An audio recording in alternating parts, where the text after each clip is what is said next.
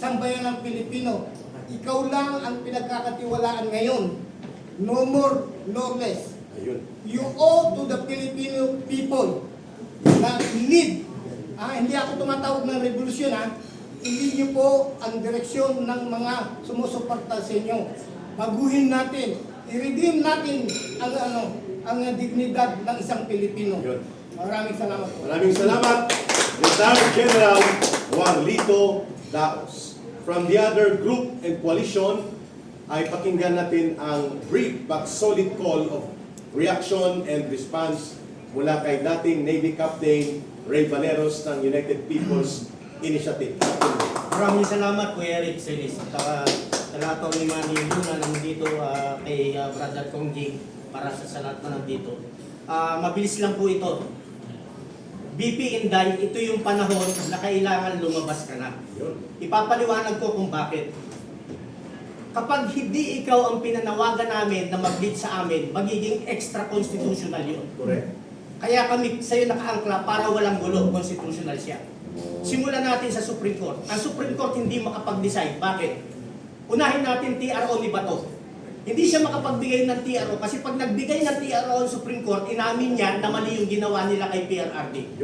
Ngayon, kung kumampi naman ang Supreme Court doon sa ICC at sa gobyerno, inamin naman ang Supreme Court na failure na ang justice sa bansa natin. So anong gagawin niya? Papatagalin lang niya ang issue. So yun ang stand nila. So hindi tayo pwedeng maghintay ron. Punta tayo sa legislative branch, sa House of Representatives, hindi natin kailangan ipaliwanag. Doon nagmula ang kaguluhan. Punta tayo sa Senate, hati ang Senate ngayon. Pumunta tayo sa executive branch, di lalo na. Sila nga yung nagmamando kasabwat lahat . At kaya tayo lumabas ngayon at direktang nananawagan kay BP dahil ito na lang yung natitirang constitutional move na pwede namin gawin. Kasi kung hindi kami gagawa nito, hindi kami mananawagan ng sama-sama, magiging extra-constitutional yun. At ayaw natin pumunta tayo ron. Bago ako magtapos, BP Inday, ito na yung pagkakataon kasi bakit?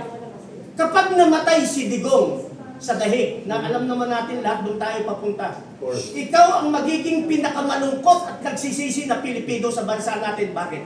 Kung sinunod mo ang tatay mo na tumakbo kang presidente, hindi na ulong ang tatay mo, hindi na ako si Bangag.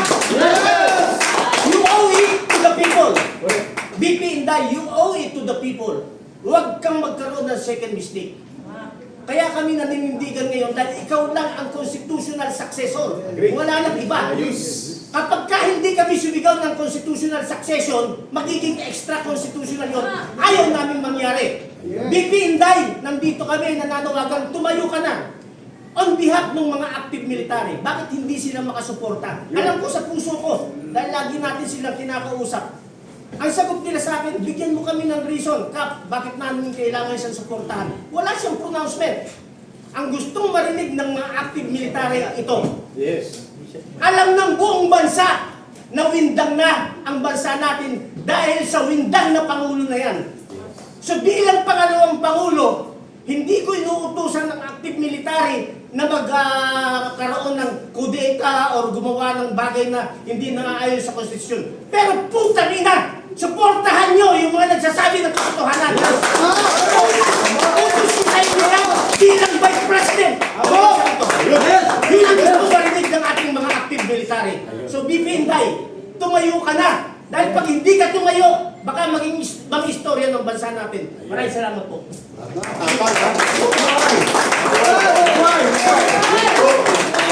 Yan po ay sentimiento mula sa mga retired military and police officers, men and women in uniform.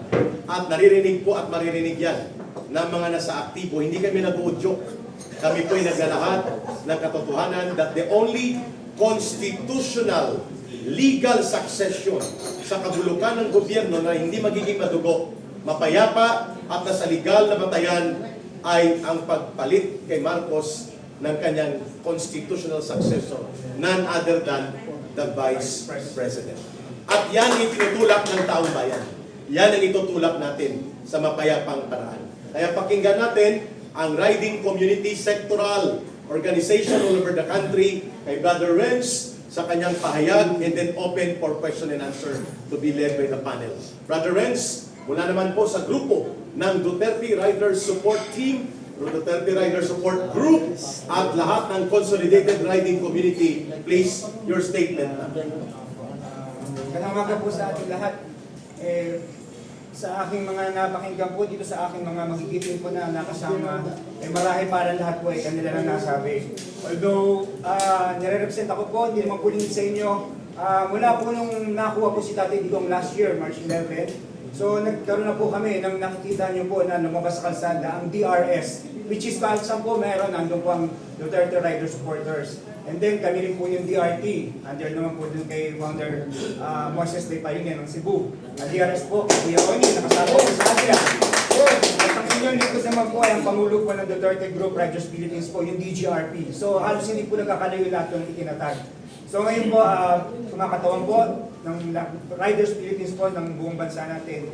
Ang panawagan ko lang po please po, Madam Sara, sana po i-lead niyo po ang ating bansa na sobrang hindi lang po nila pastangan, niyurakan, sobrang panggagasa na po. So nakakaawa lang po dahil nga po, katulad po natin, karamihan po dito, mga may anak din po tayo.